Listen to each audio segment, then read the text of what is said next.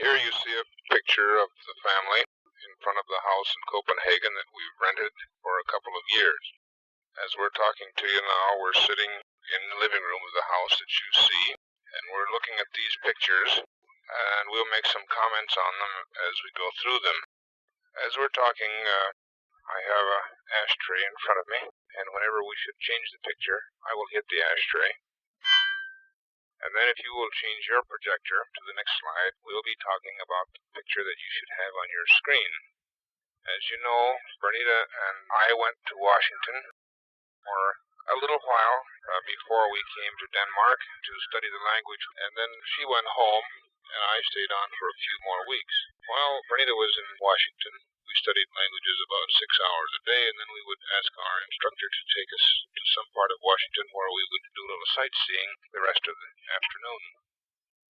This is a picture we took one day of the White House. It was a sunny day early in April, and the spring was more advanced in Washington than it was in Minneapolis. And then one day we were in the heart of Washington, and this was taken in front of the Lincoln Memorial, facing the Washington Monument. Behind the Washington Monument you can see the dome of the Capitol building. This mall is laid out in a line, was originally designed by a Frenchman whose name looks as if it should be pronounced Elephant, and was quite wisely done, it seems. Mr. Elephant now is buried up on top of the hill in front of the Lee Mansion, which is now Arlington Cemetery.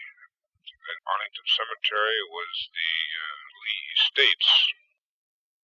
And also at Arlington Cemetery, the tomb of the unknown soldier, guarded constantly by a snappy soldier. The guard is changed every 4 hours, and this is one of the main tourist attractions of Washington, D.C., I think. This picture we took from the top of the Washington Monument, just some of the office buildings in Washington, D.C. This is the mall and the Lincoln Memorial taken from the top of the Washington Monument, and here you can see the temporary buildings alongside of the mall, which will be removed. This is taken toward Arlington Cemetery. It was just at the time of the year when we were in Washington that the cherry blossoms were at their height, which was fortunate. It's a very pretty thing to see and attracts a large number of tourists. The tourists begin to come just after school is out, and as I understand, keep Washington quite busy until school starts again in the fall. And I think that's very fine, because it's nice for any citizen of the United States to visit Washington and the surrounding area and really get the feel of the history that has been made here. It'll make you feel closer to the past, I expect, and it'll make you more proud of your American heritage. Just a little example of the flowers that you'll find around Washington, D.C. It's a real pretty city, several nice parks. This was a welcome sight after a long Minnesota winter. And then we went to Minneapolis again to finish packing, and we visited a couple of weeks, and then off to Chicago and New York City, city of tall buildings and extremely high prices. We were in New York only 2 days and didn't see very much, of course, but we got a little idea what New York and the various boroughs are like. Of course, we had to go to Central Park, and we took a picture of the carriages that propel people through the green area. It's a real beautiful area right in the middle of all of these tall buildings, and very impressive. And we also went to the zoo. This is the children's area in the zoo. The day that we were here, school children were being escorted through, and I expect that this is done quite frequently. And then we went over to feed the elephants for a little while. Then we went back to the hotel, where Dean slept a little while, and Bernita and Keith took the subway out to Coney Island to see the aquarium and work a little bit on the beach. Keith brought back some souvenirs. Then, on the morning of May 10th, we boarded the SS America about noon, and about 4 o'clock the America pulled away from the dock, and we were on our way to Copenhagen. On the way out of the harbor, we noticed the French line slip and the Ile de France at its dock, a real beautiful sight. And we didn't take this picture but we were very impressed with the Statue of Liberty as we sailed by. Keith had a lump in his throat. He bought several statues as souvenirs and keeps them on his desk now. And then we passed Ellis Island and the Manhattan Ferry. May 10th was over when we had finally sailed out of New York Harbor, and we spent the evening getting settled in our cabin and having dinner. And the next morning we were out on deck on a beautiful sunny day in a calm sea, and we found that a good many experienced sailors had already established their homesteads on the sun deck, and of course it didn't take us long to learn, for we hit the chairs and we soon situated ourselves rather comfortably to enjoy the sunshine. We also enjoyed a swim almost every day that we were at sea, and then up on the top deck was the play area with a badminton set and the shuffleboard, which the boys enjoyed. And then there were shipboard friendships established between our boys and some of the children of the armed service personnel who were on the way over to Europe to see their father and husband. And there's a considerable amount of social life aboard a ship if you're so inclined. We did attend the captain's party and dinner one night. We had a lady in to look after the boys while we were at the captain's cabin for cocktails for about 45 minutes, and then we came back, got the boys, and went to the captain's dinner. On shipboard, you're assigned one table and one waiter, and you eat at the same table every day 3 times, unless you want to have something sent to your cabin. And with a couple of active boys creating a little interest, why, you get to know some of your neighbors. Each day, when we came into the dining room, there would be a new display such as this. The cook worked all night long decorating these things, and he was very proud of them, as he should be, because they were very beautiful and very delicious. Each noon we usually had a cold board from this table. And we'd also take little sightseeing tours. Here we were up on the bridge, and the officer on duty was explaining some of the controls. We also took a trip down to the engine room, Keith and I, and got a little idea of what makes the ship travel. Then we looked out our porthole, and we saw the coast of Ireland. It wasn't a very inviting sight. It was a little cold and windy, and there aren't any trees in this area. This is Cobb, County Court, and the people who came out in the small boat to pick up mail and bring aboard some other passengers were certainly Irish. Cobb is not a large port, and it never will be, I guess. It's not got the facilities. It's shallow, but it has been a port for a long time because there are ancient fortifications at the entrance to the harbor, and it was an interesting place, but we were only there for a short time, and we were on our way to France, Le Havre, where early the next morning the pilot boat came out to guide us into the slip. And as we came in, we saw the French liner La France, which we had left in New York and had evidently sailed quite soon after we left, and was already at its slip in Le Havre. Here we got our first look at this little European automobile and the many bicycles in Le Havre. As I understand, this was bombed quite considerably during the Second War because it was a submarine base and certainly shows the scars of war yet. The buildings, the apartments, which were reconstructed after the war, were put up rather hastily, and they're not very pretty, but they serve the purpose.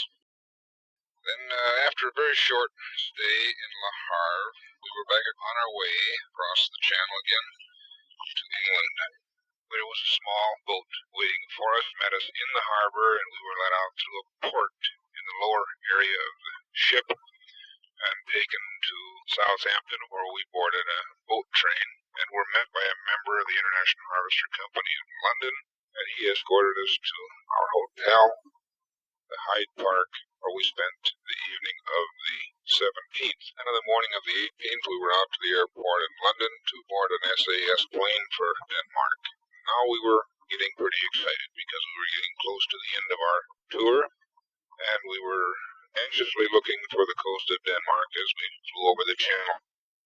It was nice to see Bob Harum's smiling face when we landed at Glostrup Airport. Bob Herman and his family have been in Denmark now for 3 years. He's managing director of International Harvester Company, subsidiary of Denmark. It was in the afternoon when we arrived. Bob took us to the Angleterre Hotel, where we stayed for about 3 days.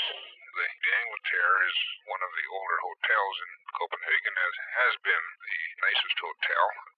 Bob Herman and his family had been looking for houses 2 months before we arrived, and they had a few that we could look at, and we soon chose one of them, but we couldn't move into it for about 7 weeks.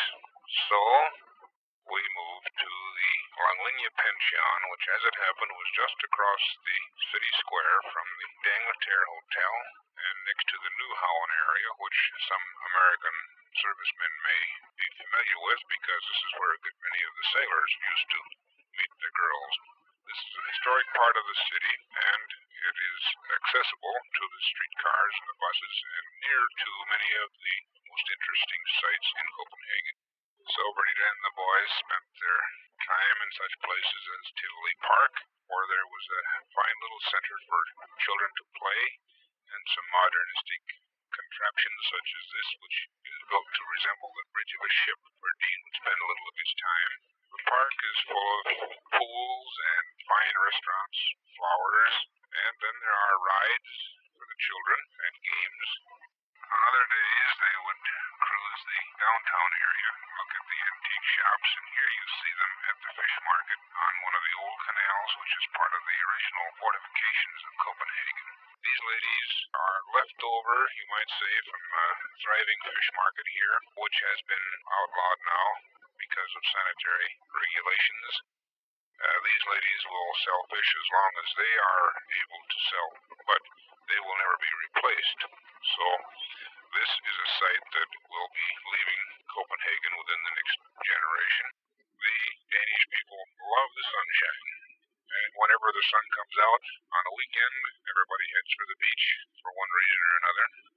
Then on weekends, we would venture a little farther from Copenhagen, as we did on the weekend with the Olson Castle at Helsingborg, up to the entrance to the Olson area just across from Sweden, which was the old fortification guarding the entrance to the sea between these two countries, where the toll used to be paid. This is the castle that reportedly Shakespeare used as the background for Hamlet. This is an aerial view of the same area. I'll give you an idea of the size of the places. This is now a museum, several museums, and the kids were very thrilled to get down and walk through, particularly the dungeon area. As you walk around these castles, you can almost picture the old days when there would be knights and horses and carriages and ladies in long dresses walking around the gardens here. And also you may visualize the days when there were soldiers here, as it were sometimes, to protect the harbors from the invading Swedes. Everyone who visits Elsinore must visit Holger Dansker, the old Viking who sits at the entrance to the dungeon sleeping. The old story is that whenever Denmark is in need, he will awaken and save them from any fate that he is serious enough to give his attention to. All the children enjoy seeing him. This is the old church of the Elsinore Castle. Each of the old castles had its own church. It was a center of the community. It was a sort of a county seat. Members of the county being the members of the serfdom served the ruler in the castle. And the churches were old and contained a lot of history of the families who were members of the community. This is the Knights Hall, where you may be able to visualize some of the dances and the social gatherings that people of those days used to hold. And this is the council chamber, where the rulers of the community would meet. Some of the tapestries which hang on the wall were made in the south of Europe. The architecture of this castle was influenced by the South European countries. And this is the king's room of the castle, sort of his apartment, his personal apartment. Then another weekend, we went to the south of the Isle of Shelland to an island called Moen, where there's a high area made of chalk cliffs and a nice blue ocean on a sunny day. These cliffs are about 200 feet high, and near the cliff on Moen is an old thatched roofed building which was the servants' quarters of a French castle in this area.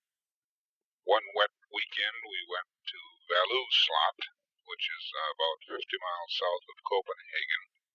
One of the best kept grounds in the country. There are two ladies and descendants of some of the old royalty who live in this castle now, and the grounds are kept as a park, and you pay to get into it. There are many, many tulips here. You don't have to go to Holland to see tulips because there are field after field of them here at Valou. It was the middle of June now. Parents had gone back to the United States for their 3-month vacation. We couldn't get into the house we had rented for almost another month, and the whole sales force of the Danish company was out attending county fairs. So we thought we would take this opportunity to take a little tour through Norway and Sweden. We crossed into Sweden at Helsingør, and at noon we were at Göteborg, where we had a picnic lunch on top of a hill where we could see the ocean and the city of Göteborg, which is a very picturesque area. And then we moved up the west coast of Sweden. And this is farming area, although it isn't very productive, and the systems that are used are rather aged. The hay is cut, much of it by hand, and then it's hung on racks to dry because the weather is very damp in this area. And at Göteborg, we have the beginning of the Gotha Canal, which is a very fine example of the old engineering in this country. The canal goes across to the Baltic. Ships like this moving right on through what looks as if it's farmland. There are some amazing locks up in the high areas to bring these ships through. We wanted to get to Arvika, where Britta's grandparents had lived when they were younger. We spent a couple of hours at Arvika. Arvika reminds me a little bit of the northern Minnesota area. It's underdeveloped. It's logging country. The roads are narrow. The farms are small and very poor. It's an old town, and their major industry is woods. So in the afternoon of the second day, we left Arvika and started up into the mountains toward the border between Norway and Sweden, and we would spend our second night in Norway. No problems at the border between Sweden and Norway. There is a border patrol, but we weren't stopped. I suppose driving a car with Danish license plates may have had some influence on it. At about 6 o'clock that evening, when we were still about 75 miles out of Oslo, we went through a very small town where there was a sign which said Lundby's Pension. So we drove in and found this quaint little place made from an old farm. The barn was still intact. Some of the other buildings had been made into a sort of motel, and so we checked in. We had a view overlooking a little lake, and we had 3 rooms, and then you had your meals in this main lodge. We spent our third night there before we went on into Oslo. There was plenty of time to visit, and Keith met an interesting young Englishman who was here with his parents. And then we began to see the real Norwegian scenery. It's a much more rugged country than Sweden. There isn't much farmland, but it's a very, very beautiful place to see. This is the scene as we came into the town of Larvik. Many young people in this area travel in pairs like this with their camping gear. There are few motels or hotels, but many campers and plenty of area to camp. And the young Scandinavian folks subscribe to a slightly different moral code than we're accustomed to, and it isn't unusual to find a young fellow and a young girl traveling and camping together. And we came into Larvik in the afternoon about 5 o'clock, and these were our hosts at Larvik. Stromans. Mrs. Stroman is sister of Mrs. Gladys Aspen of Minneapolis. In the middle is her son Knut, and then his wife and his son, and Mr. Stroman. And we stayed with the Stromans 2 days. Larvik has been the center of a husky whaling industry, and here's a monument to some of those people lost in whaling over the years. Then, on the second day here, Knut and his wife directed us up into the Telemark area, which is a very, very picturesque area, up into the valleys where the old Vikings used to bring their slaves, which they captured in the southern areas, surrounded by mountains where they couldn't possibly escape, and these slaves worked the farms and provided the food for the Vikings who preferred to travel. This is a kind of dwelling that you'll find many of in the Telemark area. The building to the left is a smokehouse.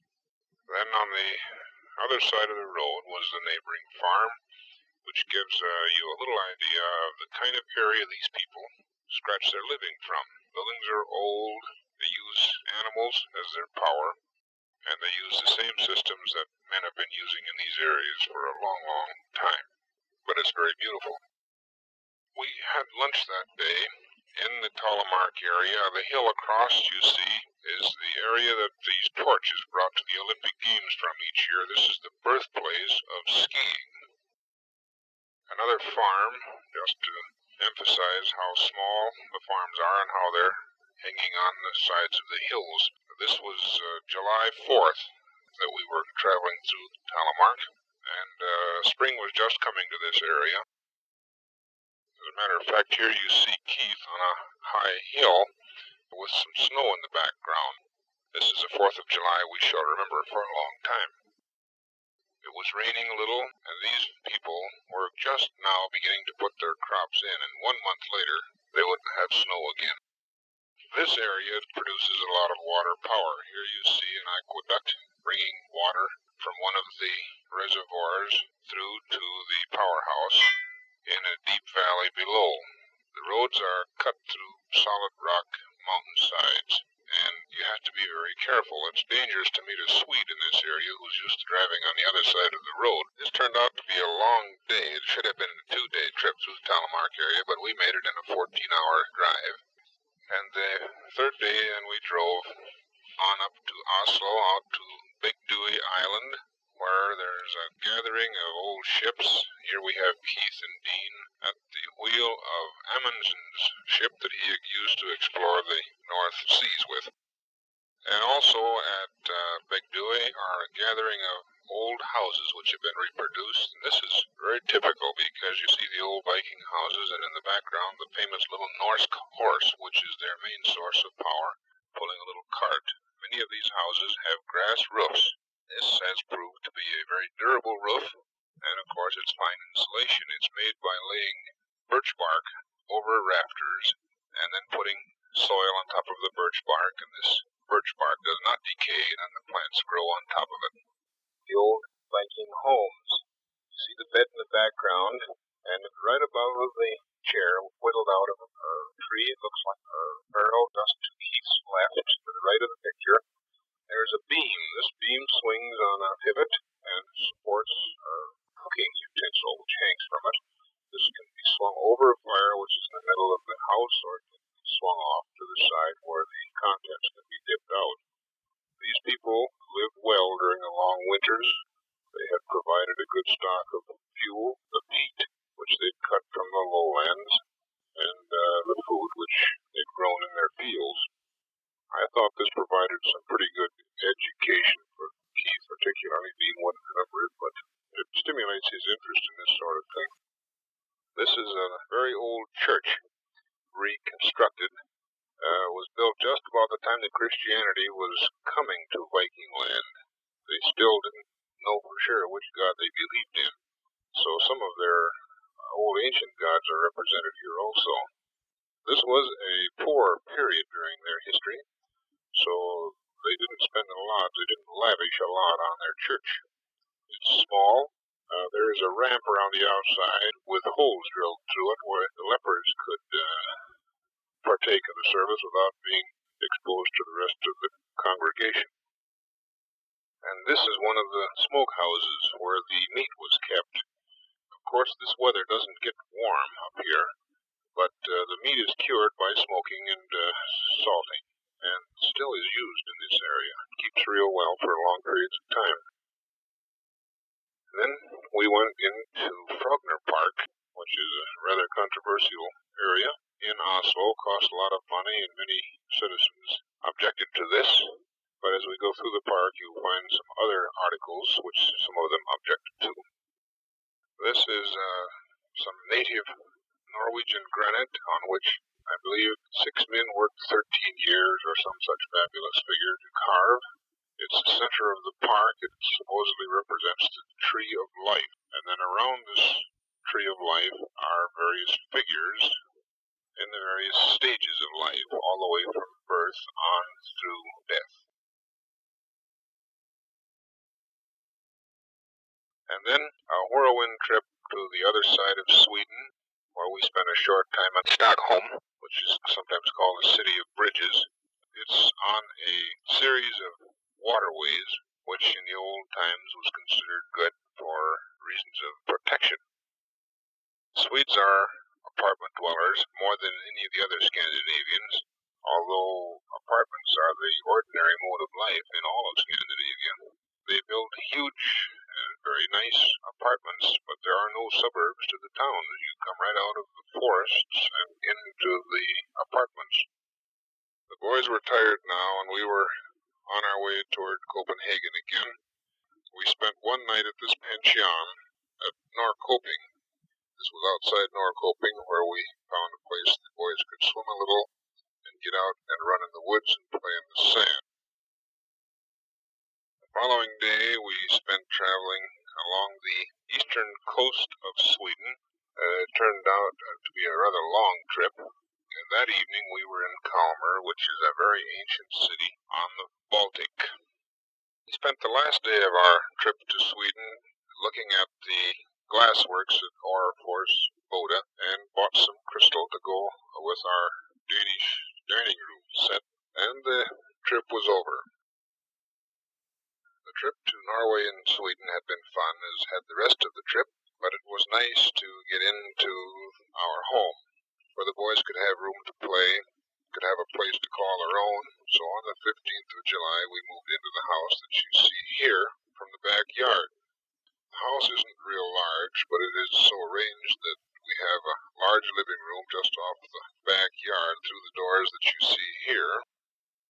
And the backyard is fenced in with hedges around it. There's a little playhouse. We have the swing set and a little plastic pool for the boys. And now they have a dog, which you see here with Dean. The dog is Johnny, the Senior dog. We like him a lot. He's clean, he's quiet, and he's an intelligent dog.